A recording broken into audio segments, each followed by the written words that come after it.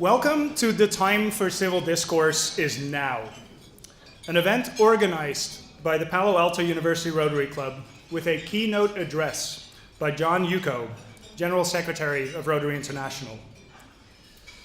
My name is Okke Schrijvers. My vocation is computer scientist, and I'm a member of the Palo Alto University Rotary Club.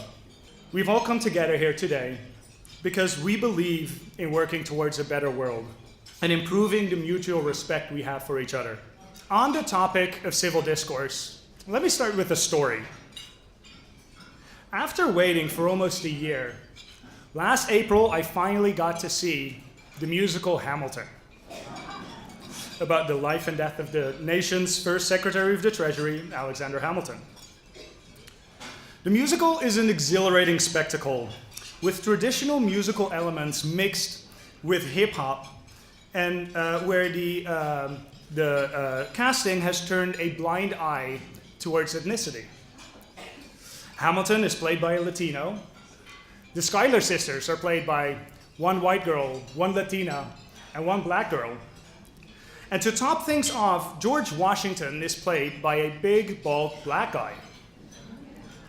But besides breaking through racial stereotypes and redefining what it means to be a musical score, the show also gives us a great example of how not to conduct civil discourse. For all of his merits, Alexander Hamilton could be insufferable if you happen to disagree with him.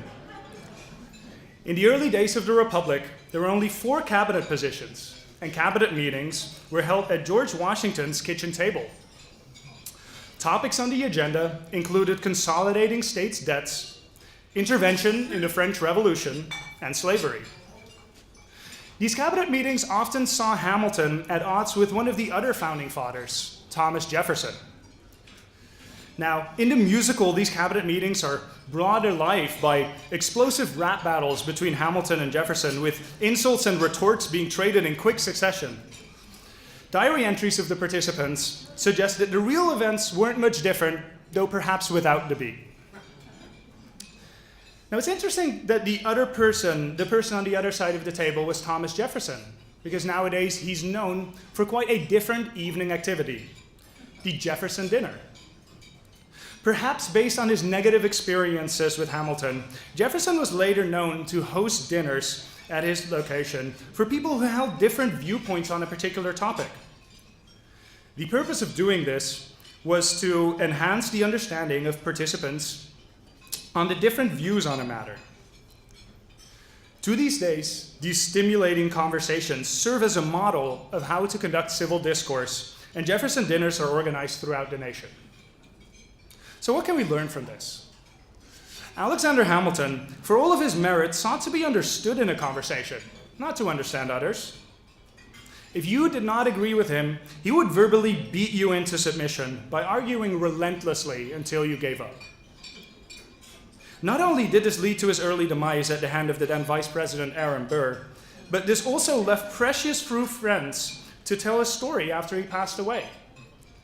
His contributions to this country have been largely forgotten until the musical Hamilton and the biography of Ron Chernow, on which the musical was inspired. Jefferson, on the other hand, sought to understand others and only then be understood. He realized that you cannot find common ground unless you're willing to understand why some other person may disagree with you. In his tradition, Jefferson dinners are organized throughout the nation, and there are even websites where you can sign up to host one or to be a guest at one organized near you. Civil discourse is the engagement in conversation to improve understanding. And if there's a broad lesson to be learned from the stories of Hamilton and Jefferson, it's that it's important to first seek to understand and only then seek to be understood. Long before the most recent elections in the United States, the need for civil discourse has been recognized. But now it has become urgent. It is also important to see that the need is not just limited to the United States, and it's not just limited to these times.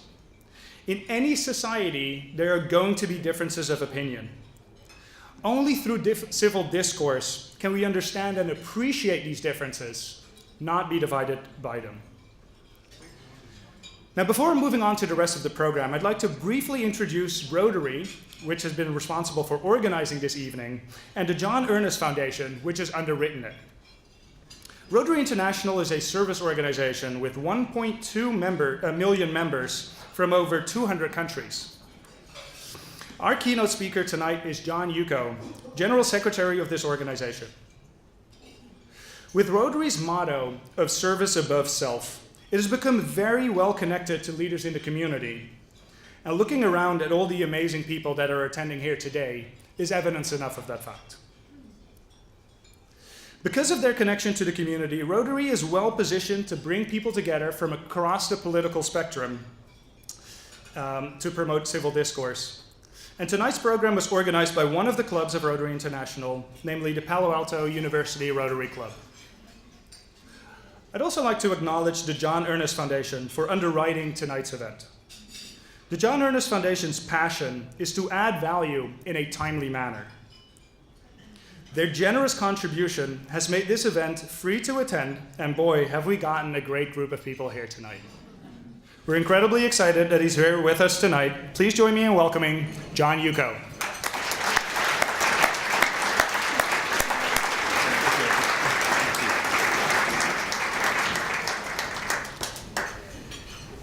Thank you very much, Okke. Good evening, everyone.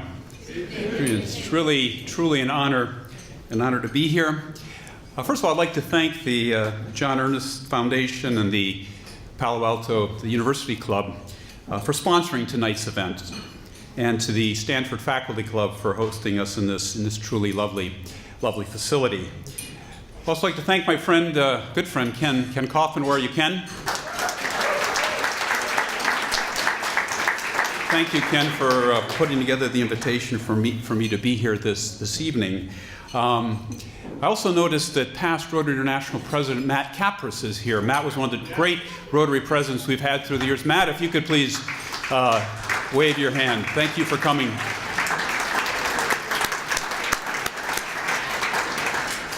Thank you, Matt. I'd also like to thank a student that's here, Joseph Wong. He's a sophomore, and he took me on a wonderful tour of the Stanford campus this afternoon. Joseph, thank you for doing that. And what a truly beautiful campus you have here. Although I was talking with past Rotary International Director Brad Howard, and he told me this campus doesn't hold a candle to cows. He told me something about, he said he was a Cal graduate. I'm sure that had nothing to do with his perspective, although he was delighted to see the Cal colors on the table.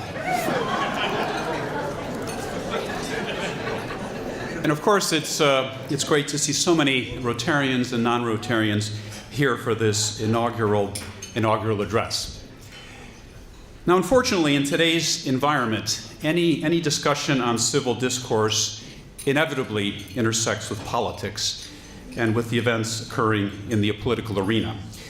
And since, as you all know, Rotary is scrupulously non-political, I'd just like to underscore clearly that any thoughts expressed in this address are my personal views and not those of Rotary International or the Rotary Foundation. As we say, 1.2 million Rotarians, 1.3 million points of view, and I can assure you I will hear about 1.1 of them after this address. Now, although for me, the theme for this evening is civil discourse, I'd like to begin with a slightly different topic, and that is public health. Public health and civil discourse may seem very distant from one another, but they have a distinct and important relationship, where the outcome of the first depends on the nature of the latter. And this is perhaps most clearly seen with respect to polio eradication. Let me explain. As you know, polio is a paralyzing disease that once struck 45,000 people, mostly children, per year in this country, and could easily return if not eradicated globally. Fortunately, through the good work of organizations such as Rotary, polio cases have been reduced by an astonishing 99.9% since 1988. Yes.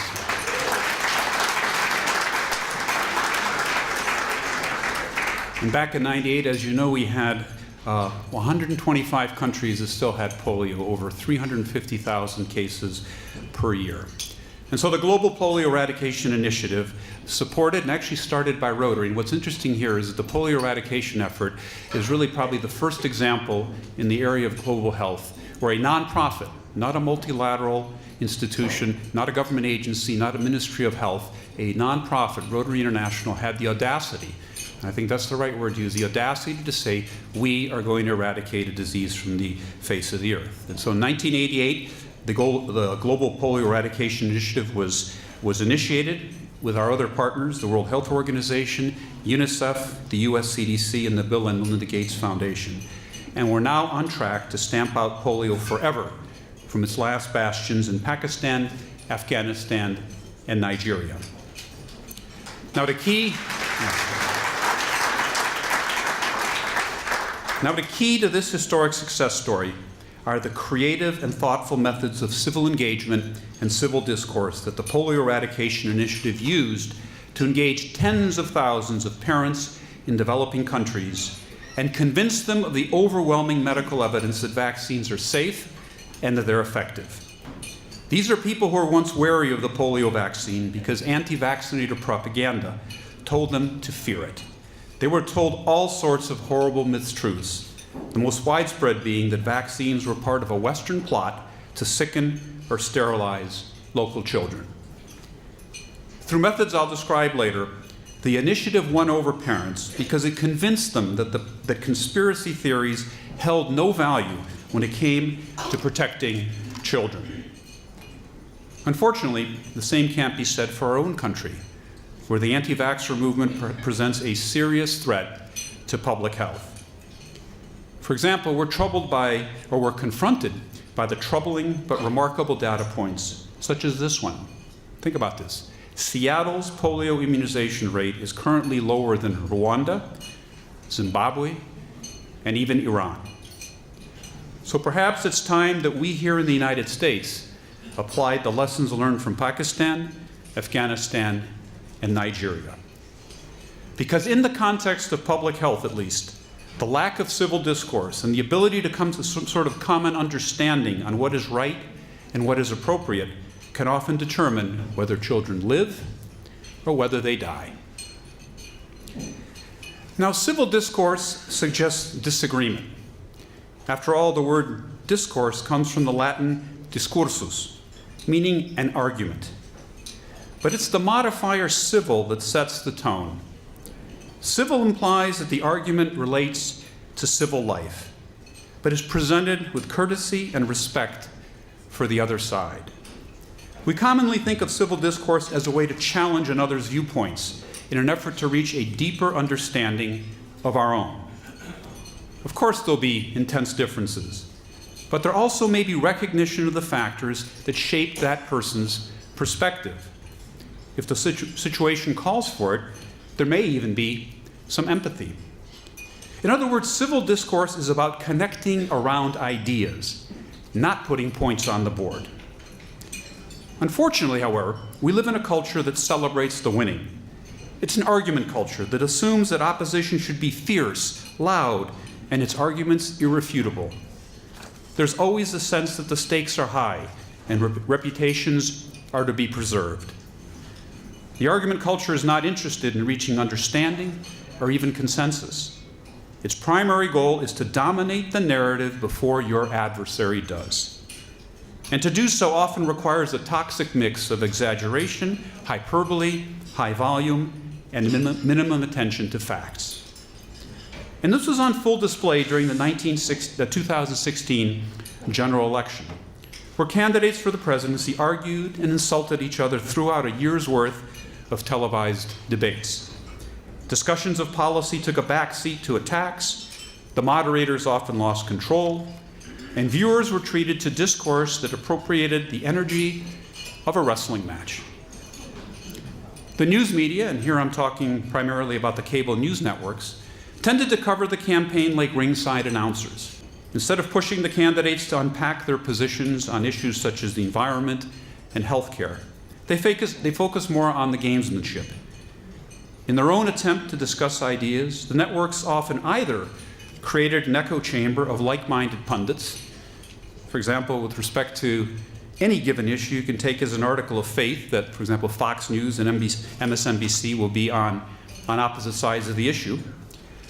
Or they created panels featuring guests selected from the extreme ends of the political spectrum, spending countless hours yelling and talking over each other. With only 2 or 3 minutes of airtime, the discussions naturally became superficial and intellectually vacuous fights. Civil discourse didn't have a chance. Attacks are also common on social media. So while technology has clearly empowered millions in ways never thought imaginable, its anonymity provides an easy platform for rancorous, outrageous, and polarized discourse that previously would have been much more difficult if done in person or in the physical presence of others. As a result, the majority of states now have laws to crack down on digital harassment, such as cyberbullying, internet trolling, and cyber stalking. It's gotten so bad that many news sites have dismantled the comments section underneath stories, because rather than serve their original intention as venues for thoughtful discourse, the user-generated forums have devolved into online, vulgar shouting matches. And the consequences are not just about hurt feelings. On the one hand, technology makes instant communication a readily available commodity, resulting in a kind of remote intimacy where we can share experiences in real time from anywhere in the world. Yet ironically, this same technology is creating social isolation and distance at home, thus arguably further contributing to the diminution of civil discourse. A report published this year in the American Journal of Preventive Medicine found that people who spend more than 2 hours a day on social media were twice as likely to feel socially isolated from other people than those who visited the same sites less frequently, say a half hour per day or less. Indeed, for younger people, this social isolation is portending a severe mental crisis in this country. This fall, a psychology researcher at San Diego University found that teenagers with smartphones are hanging out with their friends less, dating less, and getting less sleep. What has increased is their loneliness. Loneliness has become such a problem in the UK that it's viewed as a serious public health issue deserving of attention by the National Health Service, which is funding programs around the country to draw people away from their screens and toward their community. The problem is so serious that the Campaign to End Loneliness, which is an advocacy group in Great Britain, found that loneliness eclipses obesity as a predictor of death.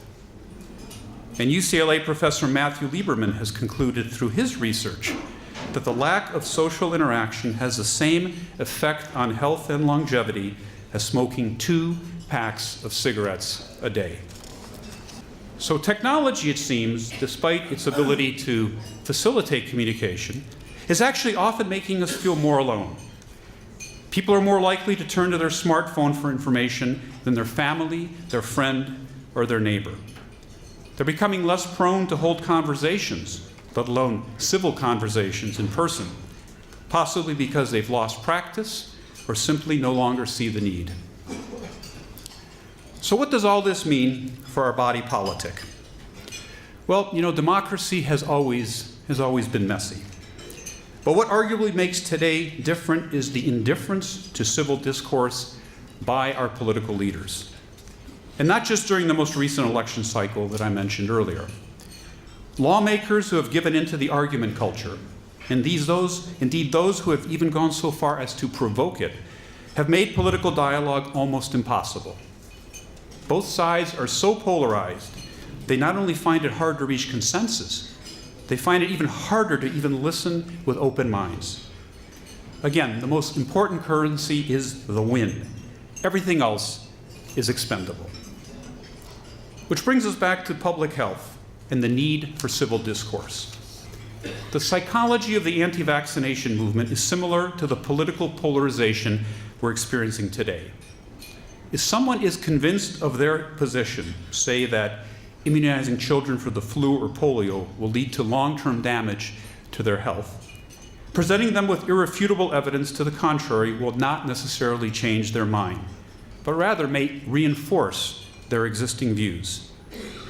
A 2014 study published in the journal Vaccine showed that even when given material that debunks concerns about the flu vaccine, the majority of people still believed the misperception that the vaccine would give them the flu.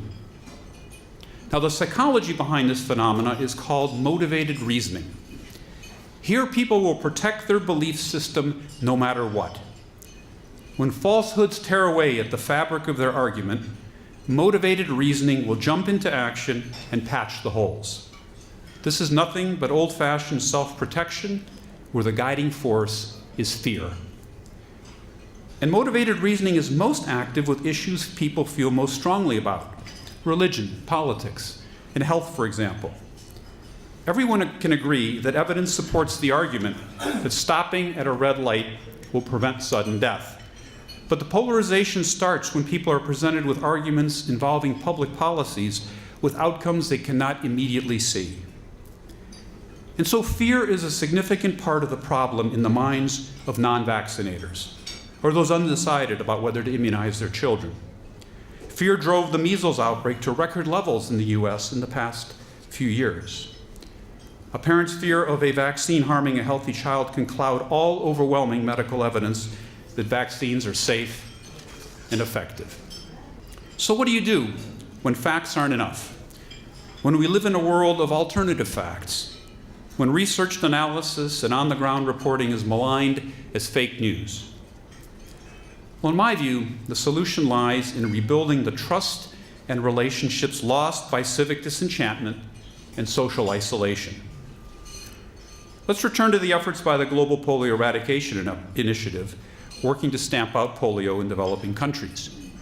In Pakistan and Nigeria, millions had not received the vaccine, and it was soon becoming evident that education without civic engagement was simply not powerful enough to counter the fear generated by Islamist extremists and widely circulating conspiracy theories. Parents were terrified, and their children's health was at serious risk. And so to counter this, the GPI appealed to specialist bodies of Islamic scholars. Through Civil Discourse, the polio eradication effort was able to convince national Islamic leaders in Pakistan to issue 28 fatwas promoting the safety of the vaccine and the importance of vaccinating children. Relationship building on the ground with local health workers has led to a vaccine acceptance rate of 99.5%.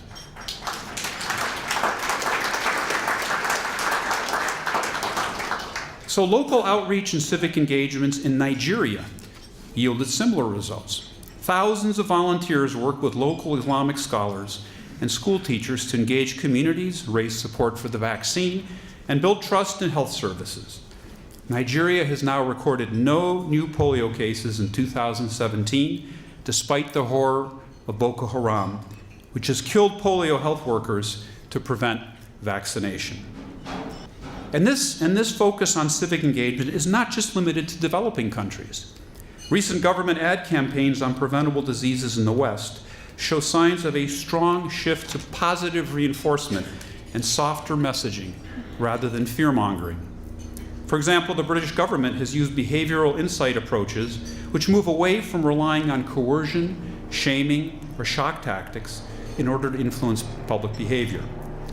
For example, a special behavioral insights team began to trial interventions based upon their understanding of the behavioral drivers of health and well-being. Let's take smoking as an example. The team recognized one important tenet of behavioral change: that it's much easier to substitute a similar behavior than to eliminate an entrenched one. On this basis, they explored the potential benefits of e-cigarettes to help people quit smoking, while also stressing the importance of an effective regulatory framework for these products, given the legitimate concerns around issues such as marketing to children. The findings from their interventions are encouraging, and e-cigarettes are now the most powerful product at helping people quit smoking in the UK. The Behavioral Insights team also had a positive impact on improved adult literacy rates, reduced school dropout rates, added 100,000 people to the Oregon Donor Registry, and increased the number of successful applicants to the police from minority ethnic communities. The methods are often very, very subtle, involving carefully tailored emails or text messages, but the outcomes have been dramatic. Now, the efforts I described are relatively simple, but as we can see, transformative on the ground. They are also relevant to our central concern, the state of civil discourse, because they demonstrate the importance and effectiveness of culturally and empirically aware engagement tactics to advocate for a certain position or to promote behavior change. And here, Rotary can continue to take the lead in strengthening and promoting civil discourse. Since its inception, Rotary has imposed strict ethical standards on its members and advanced the ideal of human understanding and service to communities both around the corner and abroad. It is a model of civility and personal interaction, my previous joke notwithstanding, that has led to tangible results in promoting peace, fighting disease, providing clean water, saving mothers and children, supporting education, and growing local economies. Now, the basis for this model is the four-way test, a nonpartisan and non-sectarian guide Rotarians use to evaluate how they communicate with each other and with others. The test consists of just four very simple questions that can be applied to any conversation or any issue. Of the things we think, say, or do, we ask ourselves, is it the truth? Is it fair to all concerned? Will it build goodwill and better friendships? Will it be beneficial to all concerned?